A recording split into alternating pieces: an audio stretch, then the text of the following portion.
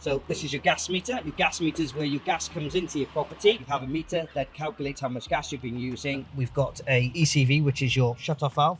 You've got your display. You've got this yellow sticker here with a special number 0800 111 999. That's gas emergency. So in the event of a smell of gas or an alarm going off, you would call that number. And we're going to complete the test now. The tightness test is a really good way of checking for gas leaks. As part of the landlord's gas safety that we are completing for yourself, the engineer will go to the gas meter and he will complete this test. It's a 3-stage test, and it confirms that this turns off the gas, which is really important in the case of emergency, and also that there's no gas leaking inside your installation or outside. First, isolate the gas, and we'll start to commence the 3-stage test, and then I will start my stopwatch.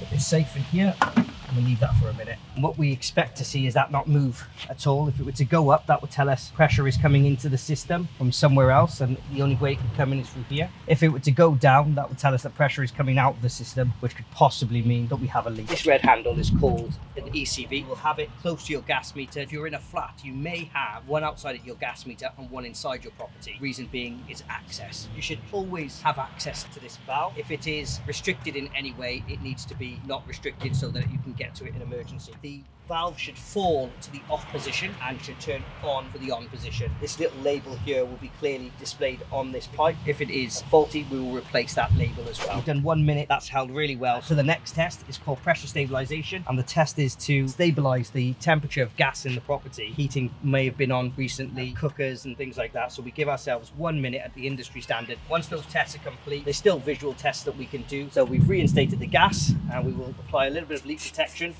the test nipple, and also this area here, and wait a second to see if it bubbles up. If that were to bubble up or bubble there, it would generally assume that there's a leak or this needs tightening, but that's absolutely fine. And that gas tightness test has been completed correctly, and I'm happy with the outcome.